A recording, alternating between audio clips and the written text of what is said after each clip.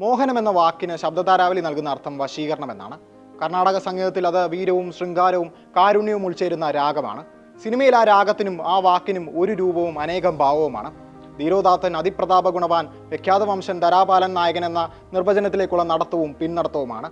വ്യാഖ്യാനങ്ങളിൽ നിന്ന് അല്പം ചരിഞ്ഞ അത്ഭുതമാണ്. അത് മോഹൻലാലാണ്.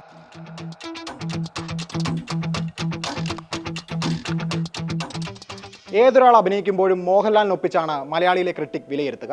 അതിപ്പോൾ മോഹൻലാലാണെങ്കിൽ കൂടി പോരാ, ഇനിയും കുറച്ചുകൂടി വരാനുണ്ട് എന്ന് ചിലപ്പോൾ ആ മനുഷ്യനോട് തന്നെ നമ്മൾ പറഞ്ഞെന്നിരിക്കും. ഇനി ക്രിറ്റിസിസം അല്പം പരിധി കടന്നവരാണെങ്കിൽ മോഹൻലാലിന് അഭിനയിക്കാൻ അറിയില്ല എന്നങ്ങ് പ്രസ്താവിക്കും. ഇക്കാര്യത്തിൽ നിങ്ങളോട് ആരെങ്കിലും കലഹിക്കുമെന്ന് വിചാരിച്ചെങ്കിൽ തെറ്റി. വർഷങ്ങളായി ലാലിൻ്റെ അഭിനയം കാണുന്ന ഏതൊരാളും അത് സമ്മതിച്ചു തരും. ശരിയാണ്, മോഹൻലാലിന് അഭിനയിക്കാൻ അറിയില്ല. MA പാസ്സായ TP ബാലഗോപാലൻ കൊച്ചുകുട്ടികൾക്കുള്ള കളിപ്പാട്ടം മുതൽ വിക്ടോറിയൻ കാലഘട്ടത്തിലെ ഷാൻലിയർ വരെ നിങ്ങൾക്കായി ഞങ്ങൾ ഉണ്ടാക്കുന്നുവെന്ന് പറഞ്ഞ് എപ്പോഴോ നമ്മുടെ വീട്ടിലേക്കും ഇടിച്ചു കയറിയിട്ടുണ്ട്. ആ തെരുവിലാണ് സേതുമാധവൻ എല്ലാം നഷ്ടമായതെന്ന് പറയുമ്പോൾ അയാളുടെ കണ്ണുകളിൽ കഴിഞ്ഞ കാലം കണ്ടവരാണ് നമ്മൾ. സോളമനെ പോലെ, ജയകൃഷ്ണനെ പോലെ, ദാസനെ പോലെ, ഉണ്ണിയെപ്പോലെ, ബോബിയെ പോലെ പ്രണയിനെ നോക്കിയവരാണ് നമ്മളിൽ പലരും. കുഞ്ഞിക്കുട്ടനെ പോലെ എപ്പോഴോ ഈ വേഷത്തിനപ്പുറം താൻ ഒന്നുമല്ല എന്ന തിരിച്ചറിവിൽ തകർന്നവർ അനവധിയാണ്. പോയി എന്ന ഒറ്റ വാക്കുകൊണ്ട് തനിക്ക് പ്രിയപ്പെട്ട ആളുടെ വിയോഗ വാർത്ത ആരോടും പറയാൻ പറ്റാതെ നീറിയ ആ മനുഷ്യനെ ഏതോ ഒരു കല്യാണപ്പുരയിൽ ഞാനും കണ്ടതാണ്. ഇതെല്ലാം വെച്ച് നോക്കുമ്പോൾ ശരിയാണ്, മോഹൻലാലിന് അഭിനയിക്കാൻ അറിയില്ല. MDയും പത്മരാജനും ലോഹിതദാസും ശ്രീനിവാസനും പ്രിയദർശനും ഈ അടുത്ത കാലത്ത് KR സുനിൽ വരെയുള്ള എഴുത്തുകാർ പേപ്പറിൽ കോറിയിട്ട കഥാപാത്രങ്ങളെ കഥയടക്കം നിസ്സാരമായി എടുത്തണിഞ്ഞ് ശരീരത്തിൻ്റെ ചൂട് നൽകി അവരെ തന്നിൽ വളർത്തി ഒടുവിൽ ആ കഥാപാത്രങ്ങൾക്ക് തൻ്റെ ശരീരം തന്നെ വിട്ടു നൽകിയ മാരീചനാണ് അയാൾ. നമ്മൾ കണ്ടത് അയാളുടെ പകർനാട്ടങ്ങളാണ്. അടുത്ത കാലത്തുള്ള ചില മാസിയും ബിൽഡപ്പുകൾ കാണുമ്പോൾ മോഹൻലാലിൻ്റെ മീശയുടെ കൊറിയോഗ്രഫിയാണ് ആ നടൻ്റെ ജനപ്രിയതയ്ക്ക് കാരണമെന്ന് തോന്നിപ്പോകും. എന്നാൽ അതങ്ങനെയല്ല എന്ന് മനസ്സിലാക്കാൻ രണ്ട് കഥാപാത്രങ്ങൾ എടുത്താൽ മതിയാകും: ആടുതോമയും മംഗലശ്ശേരി നീലകണ്ഠനും. ഈ കഥാപാത്രങ്ങളുടെ വേരുകളിൽ അച്ഛൻ്റെ സ്വാധീനം വലുതാണ്. നീലകണ്ഠൻ ആനയ്ക്ക് നെറ്റിപ്പട്ടമെന്ന പോലെ ആ പൈതൃകം അലങ്കാരമായി പേരിനൊപ്പം എടുത്തണിയുമ്പോൾ തോമ ഒരു ആടിനെ കൊണ്ട് തൃപ്തിപ്പെടുന്നു. തിരിച്ചു കിട്ടാത്ത സ്നേഹമുണ്ടാക്കുന്ന വീർപ്പുമുട്ടലിലും തോമയിൽ ചാക്കോമാഷിനോടുള്ള സ്നേഹം കാണാം. പള്ളിയിലെ നേർച്ചപ്പെട്ടിയിലേക്ക് ഓട്ടക്കാലനെ ഇടുമ്പോൾ കണ്ണിലും ചിരിയിലും ശരീരചലനങ്ങളിലും ആ സ്നേഹമുണ്ടാക്കിയ മുറിവ് കാണാം. ആ വടുവിൻ്റെ നീറ്റൽ മോഹൻലാലിലൂടെയാണ് തോമ നമ്മളോട് പറഞ്ഞത്. സമാനമായ ഒരു രംഗം നീലകണ്ഠൻ്റെ ജീവിതത്തിലും ഉണ്ടാകുന്നുണ്ട്.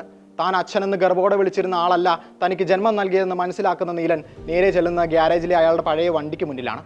കോരിച്ചൊരിയുന്ന മഴയത്ത് ആ കാറിനെ നോക്കി അയാൾ ഭിക്ഷ കിട്ടിയ പൈതൃകത്തിൻ്റെ പേരിൽ അഹങ്കരിച്ച ഞാൻ വിഡ്ഢിയായി എന്ന് പറയുന്നു. നീലകണ്ഠൻ്റെ രോഷത്തിനപ്പുറമുള്ള പെടച്ചിൽ വലിയ ഇടിമുഴക്കത്തിനിടയിലും പ്രേക്ഷകർ കേട്ടു. മഴയത്ത് അയാൾ മനഃപൂർവ്വം മറയ്ക്കുമ്പോഴും ആ കണ്ണിൽ കണ്ണുനീർ കാണാം. അടുത്ത സീനിൽ കാണുന്ന നീലകണ്ഠൻ എല്ലാം തകർന്ന ഒരു മനുഷ്യനാണ്. ശരിയാണ്, മോഹൻലാലിന് അഭിനയിക്കാൻ അറിയില്ല. നാട്ടാന, കാട്ടാന, സിംഹം എന്നിങ്ങനെ മോഹൻലാൽ കഥാപാത്രങ്ങളെ നിർവചിക്കാനും ഘോഷിക്കാനും പല മെറ്റഫോറുകളും ഉപയോഗിച്ച് കാണാറുണ്ട്. എന്നാൽ നിങ്ങൾ എപ്പോഴെങ്കിലും അയാളിൽ ഒരു മുയലിനെ കണ്ടിട്ടുണ്ടോ? മരണം അടുത്തെത്തി എന്ന തിരിച്ചറിവിൽ വേട്ടക്കാരൻ്റെ ടോർച്ചിൻ്റെ വെട്ടത്തിൽ അനങ്ങാതെ നിൽക്കുന്ന മുയൽ.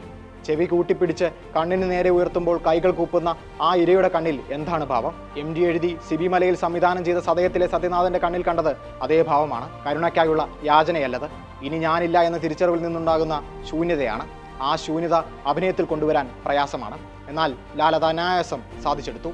ശക്തമായ എഴുത്തിൻ്റെ സ്വാധീനം കൂടിയായപ്പോൾ കണ്ടം സെല്ലിൽ സത്യനാഥൻ അനുഭവിക്കുന്ന വികാരങ്ങളുടെ കയറ്റിറക്കങ്ങൾ തിരശീലയിലേക്ക് തടസ്സങ്ങളില്ലാതെ പ്രവഹിച്ചു. തൂക്കുമരം നോക്കിക്കിടക്കുന്ന സത്യനാഥൻ ഭയമില്ലച്ചോ, ഈ കാത്തിരിക്കലാണ് കഷ്ടമെന്ന് പറയുമ്പോൾ വിധിയെ കഥാപാത്രം അംഗീകരിച്ചിരിക്കുന്നു എന്ന തോന്നലാണ് മോഹൻലാലിൻ്റെ ശരീരഭാഷ വ്യക്തമാക്കുന്നത്. എന്നാൽ അടുത്ത നിമിഷം വധശിക്ഷയ്ക്ക് സ്റ്റേ കിട്ടിയിരിക്കുന്നു എന്ന് സൂപ്രണ്ട് അറിയിക്കുമ്പോൾ ആ കുമിള പൊട്ടിപ്പോകുന്നു.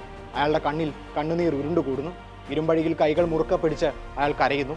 ജീവിക്കാനുള്ള കൊതി എത്രമാത്രം തന്നിലുണ്ടെന്ന് അയാൾ അറിയുന്നത് അപ്പോഴാണ്. ആ കൊതിയുടെ ഭാരം അയാളെ വലിച്ചു താഴേക്ക് കൊണ്ടുപോകുന്നു. അപ്പോഴത്തെ ആ നോട്ടത്തിൽ നമ്മൾ കാണുന്ന ഭാവം കരുണയുടേതോ സന്തോഷത്തിൻ്റെതോ അതോ ഇനിയും പേരിടാത്ത ആ മുയലിൻ്റെ നോട്ടമോ? അയാൾ ആ നിമിഷം അഭിനയിക്കുകയായിരുന്നില്ല, സത്യനാഥിൻ്റെ വീർപ്പുമുട്ടലുകൾക്ക് ഒരു മാധ്യമമാകുകയായിരുന്നു. മനുഷ്യന് ഏറ്റവും പ്രയാസം രഹസ്യം സൂക്ഷിക്കാനാണ്. അവൻ്റെ നാവ് അവനെ ചതിക്കും. രസമുകുളങ്ങളിൽ എവിടെയോ ഒരു തരിപ്പ് വന്ന് അതെ എന്നൊരു ആമുഖത്തോടെ നമ്മളെല്ലാം വെളിപ്പെടുത്തും. എന്നാൽ ചിലർ ഈ സെൻസേഷനെ മറികടക്കും. അത്തരം കഥാപാത്രങ്ങളെ എങ്ങനെ ഒരാൾ അഭിനയിച്ച് ഫലിപ്പിക്കും? ദൃശ്യത്തിലെ ജോർജ് കുട്ടി തൻ്റെതായ കാരണങ്ങളാൽ ഒരു രഹസ്യം ഉള്ളിൽ ഒതുക്കിയപ്പോൾ പ്രേക്ഷകരും അത് ഏറ്റെടുത്തു. അയാളെ പോലീസ് വേട്ടയാടുമ്പോൾ ആ രഹസ്യം അയാളിലൂടെ മണ്ണടിയുമെന്ന ഉറപ്പിൽ നമ്മൾ ഊറിച്ചിരിച്ചു. സസ്പെൻസ് അറിഞ്ഞിട്ടും മോഹൻലാൽ ആ രഹസ്യം കൊണ്ടു നടക്കുന്നത് കാണാനായി നമ്മൾ ആ പടം റീവാച്ച് ചെയ്തു. എന്നാൽ എലിയും പൂച്ചയും കളിക്കപ്പുറത്തേക്ക് ആ കഥാപാത്രത്തിൻ്റെ ഉള്ളിലെ സഞ്ചാരം അത്ര കണ്ട് സിനിമയിൽ ഉപയോഗിക്കുന്നില്ല. അതേസമയം 1987 ഇറങ്ങിയ അമൃതംഗമയ എന്ന ചിത്രത്തിലെ ഹരിദാസിൽ നമുക്ക് ആ ഉൾനോട്ടം സാധ്യമാകുന്നു. എല്ലാ കടങ്ങളും തീർത്തു കഴിയുമ്പോൾ ജീവിതത്തിലെ ബാലൻസ് ഷീറ്റ് 0 ആകുമെന്ന് പറയുന്ന ദാസ് എന്തോ ഒരു വലിയ സത്യം ഒളിപ്പിക്കുന്നുണ്ട്. അത് അയാളെ വേദനിപ്പിക്കുന്നു. ഇളയതും കുടുംബവുമായി അയാൾ അടുക്കുന്നത് അതിൻ്റെ ഭാഗമായാണ്. ഈതർ നൽകുന്ന യൂഫോറിയയിൽ മയങ്ങാൻ അയാൾ തീരുമാനിക്കുന്നത് ആ സത്യത്തിന്റെ നീറ്റൽ മറക്കാനാണ്. അത് അവിടെ തന്നെ കാണുമെങ്കിലും കുറച്ചു നേരത്തേക്ക് ഒരു മയക്കം. എന്നാൽ ഒടുവിൽ ദാസ് ആ സത്യം ഇളയതിനോട് പറയുന്നു. നിങ്ങളുടെ മകൻ ഉണ്ണികൃഷ്ണന്റെ മരണത്തിന് ഉത്തരവാദി താനാണ്. ഈ രംഗത്തിൽ നമ്മൾ കാണുന്നത് ആരോടെങ്കിലും ഒന്ന് ഉള്ളു തുറക്കാൻ കാത്തിരുന്ന മനുഷ്യനെയാണ്, പ്രായച്ചിത്തമിരക്കുന്ന പാപിയെയാണ്.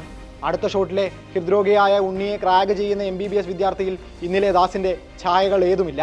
ആ തിളങ്ങുന്ന കണ്ണുകളിൽ പൈശാചികതയാണ്. ഉണ്ണി മരിച്ചു എന്ന് തിരിച്ചറിഞ്ഞ് സുഹൃത്തുക്കളെല്ലാം ഓടി മറയുമ്പോഴാണ് അയാളിലെ മനുഷ്യൻ തിരിച്ചെത്തുന്നത്. അധ്യാപകന്റെ കാലിൽ രക്ഷിക്കണമെന്ന് പറഞ്ഞ് വീഴുന്ന ദാസ് തന്നെയാണ് ഇളയതിൻ്റെയും കാൽക്കൽ കിടക്കുന്നത്. അയാളും രക്ഷ തേടുകയാണ്.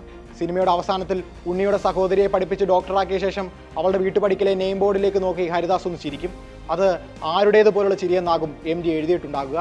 ഉണ്ണിയുടേതോ, ഇളയതിൻ്റേതോ, അതോ രക്ഷ കണ്ടെത്തിയ ആ പാപിയുടേതോ? ഇത്തരത്തിൽ അനിർവചനീയമായ പല അവസ്ഥകളും മനുഷ്യ ജീവിതത്തിൽ ഉണ്ടായേക്കാം. നിർവചിക്കാനാകാത്തത് ഭാഷയുടെ പരിമിതിയാണ്. മുഖത്തിന് ആ പരിമിതിയില്ല. ഒട്ടനവധി വികാരങ്ങൾ ഈ ത്വക്കിലൂടെ നമ്മൾ ഒരു ദിവസം പ്രസരിപ്പിക്കുന്നുണ്ട്. ഇതിൽ ചിലത് നോട്ടപ്പച്ചവ് കൊണ്ട് നമ്മൾ തെറ്റായി വായിക്കും. ഉന്മാദാവസ്ഥയിൽ ഇരിക്കുന്ന ചിലരോട് നീ എന്താ അഭിനയിക്കുകയാണോ എന്ന് ചോദിച്ചു കണ്ടിട്ടില്ലേ? അതിന് മോഹൻലാൽ കൂടി ഉത്തരവാദിയാണ്. മോഹൻലാലിൻ്റെ പല കഥാപാത്രങ്ങളിലൂടെ ഉന്മാദത്തിന് നമ്മുടെ കണ്ണുകൾ സ്വയം ഉണ്ടാക്കിയെടുത്തൊരു രൂപമുണ്ട്. അതിനപ്പുറമാണെങ്കിൽ അത് അഭിനയമാണ്. സതയം, കിരീടം, അഹം, ഭ്രമരം എന്നിങ്ങനെ നിരവധി സിനിമകൾ ഉദാഹരണം നമുക്ക് മുന്നിലുണ്ട്. ഈ നിരയിൽ R. സുകുമാരൻ കഥയും തിരക്കഥയും എഴുതി സംവിധാനം ചെയ്ത പാദമുദ്രയിലെ സോപ്പ് കുട്ടപ്പന് സവിശേഷ സ്ഥാനമാണ്. കാണുന്നവരോടെല്ലാം വഴക്കുണ്ടാക്കുന്ന കുട്ടപ്പൻ. അയാളെ വേട്ടയാടുന്നത് അവൻ്റെ തന്നെ മുഖമാണ്. അവന് കിട്ടിയത് അവൻ അച്ഛനെന്ന് വിളിക്കുന്ന ആളുടെ മുഖമല്ല, മാധുപണ്ടാരത്തിൻ്റെ മുഖമാണ്. അതും അച്ചിൽ വാർത്തതുപോലെ. പരിഹാസം അവനെ ജീവിതം മുഴുവൻ വിടാതെ പിന്തുടരുന്നു. ഒടുവിൽ തനിക്ക് പ്രിയപ്പെട്ടവളുടെ മൃതദേഹം പാറമടക്കുളത്തിൽ നിന്ന് പൊക്കിയെടുക്കുമ്പോൾ സഹോദരിയുടെ കാമുകൻ അർത്ഥ സഹോദരിയുമായി ബന്ധപ്പെടുന്നുവെന്ന് അറിയുമ്പോൾ അയാൾക്ക് പിടുത്തം വിടുന്നു. നാഴി അരി കൊണ്ട് തൻ്റെ പട്ടിണി മാറുമോ എന്ന് അർദ്ധ സഹോദരി ചോദിക്കുന്നിടത്ത് അവൻ മാധുപണ്ടാരത്തെ അറിയുന്നു. രഹസ്യ സമാഗമനത്തിനായി ആണുങ്ങൾ പൊളിച്ചു ചാടിയ വേലിയിൽ ക്രൂശിതനായ യേശുവിനെ പോലെ കൈകൾ വിടർത്തി നിൽക്കുന്ന കുട്ടപ്പൻ്റെ മുഖത്ത് ഉന്മാദം തളം കെട്ടുന്നത് കാണാം. അവൻ ആ വേലിയും പറിച്ച് ഓടുകയാണ്. അവനെ ക്രൂശിക്കാനായി ജനങ്ങളും. സോപ്പുകുട്ടപ്പനും മാധുപണ്ടാരത്തിനും രണ്ട് വ്യത്യസ്ത സ്വത്വമാണ് മോഹൻലാൽ നൽകുന്നത്.